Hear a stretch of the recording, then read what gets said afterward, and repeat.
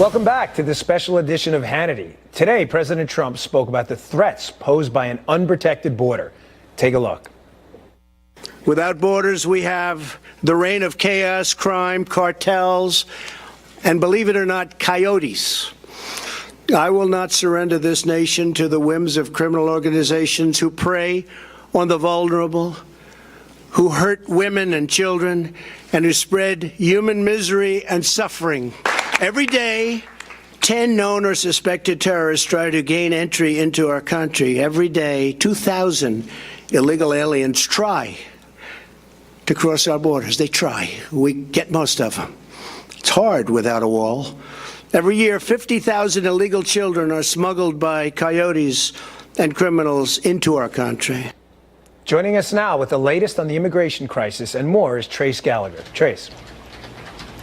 Dan, police say on Monday morning alone, Gustavo Garcia Ruiz carried out 11 crimes, including killing a stranger and shooting at others before he was killed in a high-speed police chase. Authorities think Garcia Ruiz also killed another man a day earlier. Last week, Garcia Ruiz was arrested in Central California for being under the influence of drugs. When ICE learned he was in jail, they placed an immigration detainer on him, asking deputies to notify them before releasing him. But under SB 54, California's sanctuary law, because the suspect was not being held on a felony, law enforcement is prohibited from honoring ICE detainers. ICE says this, quote, is an unfortunate and extremely tragic example of how public safety is impacted with laws or policies limiting local law enforcement agencies' ability to cooperate with ICE. And here's the astounding part. Garcia Ruiz is a known convicted violent criminal. Armed robbery, assault with a deadly weapon, repeatedly being deported, etc.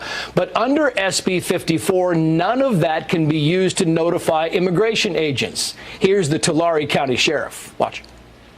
That tool has been removed from our hands. And because of that, our county was shot up by a violent criminal that could have easily been prevented had we had the opportunity to reach out to our fellow counterparts. Meantime, late last week, the Border Patrol arrested 5 illegal immigrants near the Arizona border. They came from Mexico, Honduras, and El Salvador, and the Border Patrol now says one of them is a previously deported MS-13 gang member. And finally, under a new policy announced today, President Trump will no longer allow people seeking asylum at the U.S. border with Mexico to be released into the United States. They will now be forced to wait in Mexico throughout the process. Dan. Trace, thanks a lot. Joining us now with reaction is syndicated radio talk show host Larry Elder and Democratic strategist and Fox News contributor Leslie Marshall. Leslie, I'll start with you. Thanks for joining us tonight. In response to this story, do you have any objection to police fully cooperating with ICE in cases of misdemeanors and detainers with regard to this law? It's clear he was let go because it was just a misdemeanor, but he was in the country illegally. What's your objection to that?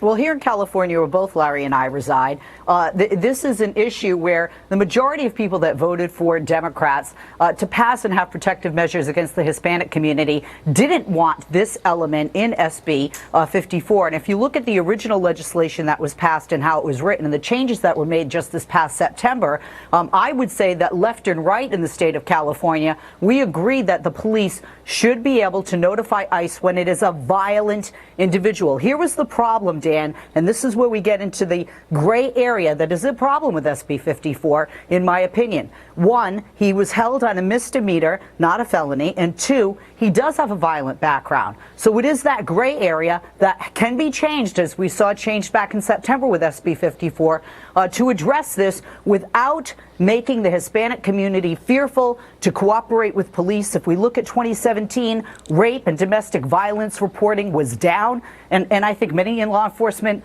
feel strongly that the Hispanic community is fearful that they would be deported if they cooperate. We need to have that fine line addressed with SB 54. You don't need to get rid of it. You need to make the change so law enforcement can have these violent offenders picked up by ICE and deported. Leslie, one quick thing before I get to Larry. I don't understand. When you say the Hispanic community, we're not talking about the Hispanic community. We're talking about people here illegally. Like, they broke the law. They're in the country in violation of our laws. Why do they get a special pass? Because they committed a misdemeanor. There are people in California that are undocumented, that came here illegally before you and I, and even Larry, were born.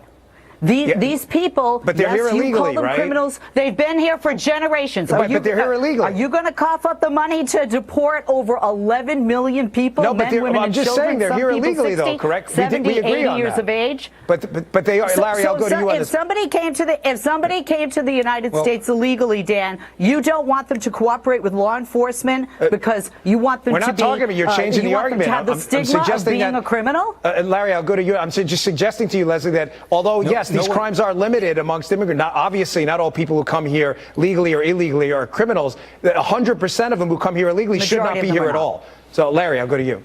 The majority of them are not violent criminals. I just said that. No one's talking about mass.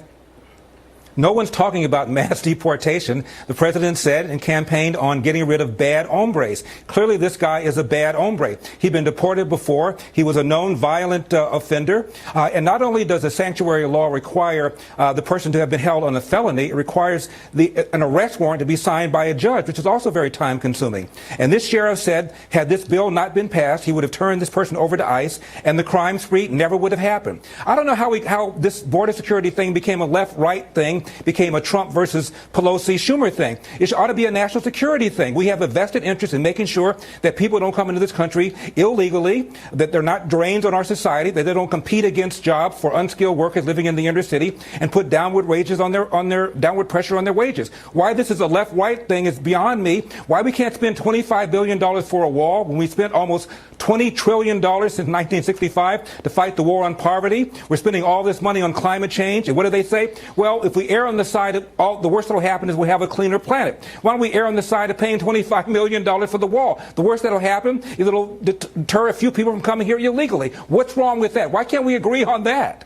Yeah, Leslie, I agree, Larry, but what I don't get from you, Leslie, and I'm having a difficult time understanding is why you don't only get a pass once if you break the law and come here illegally and violate our immigration laws, why you get a pass twice. Now that you've been convicted of just a misdemeanor or being held on a misdemeanor, why you get a pass. Let me just say, I stipulate your point. The overwhelming majority of people who come here and break the law the first time do not go on to be, thankfully, criminals again. But that's not the point, Leslie. The point is 100% should not be here. They already broke the law. Why are they getting a pass again? But again, Dan, you're saying 100% should not be here. Okay, so let me even just agree with you on that. So then what do? That's where we are today. That's where the problem lies. And I agree with Larry. It shouldn't be a left or right problem, which is why you guys should have been applauding Barack Obama when he was called deporter-in-chief. Leslie, I'll tell you what we do, though. But right now, Dan, Leslie in keeps this saying, state, what do we do? What do we do? undocumented We get rid of the bad hombres. That's what Go we ahead, do. Larry. Respond. Go ahead, Larry. Wait a minute. Building the She wall said, what do we doesn't do? that. Again, no one's talking about deporting 11 million If you talk people over here. each other, nobody can hear you. Comprehensive immigration does. All right, hold on. Comprehensive Larry, immigration reform Larry, does. go ahead.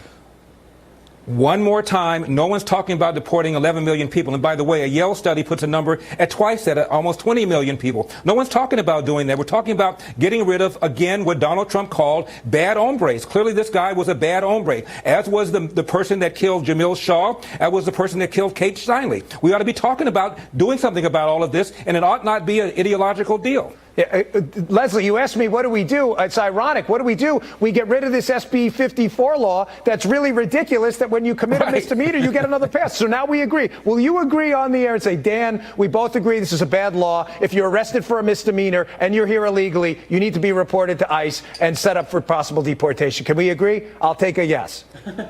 No, what do you mean? No, you just said what do we do? By the way, it was Dan who asked me about all of the undocumented workers in this state. Larry, you weren't listening to the host.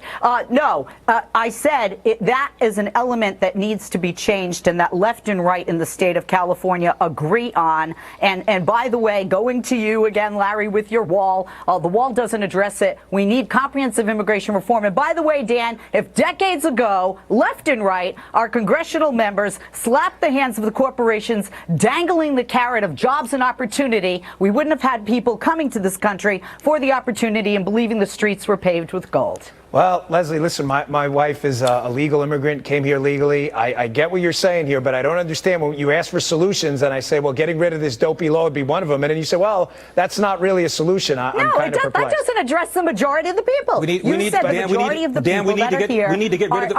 the welcome mat. Criminals. We need to get rid of the welcome mat we have here in California. All right, we need to get rid of the welcome mat we have here in California. Immigration has been declining every year for a decade. Illegal immigration's been declining every year for a decade. An illegal alien can get in-state tuition. Thank you very much, Larry.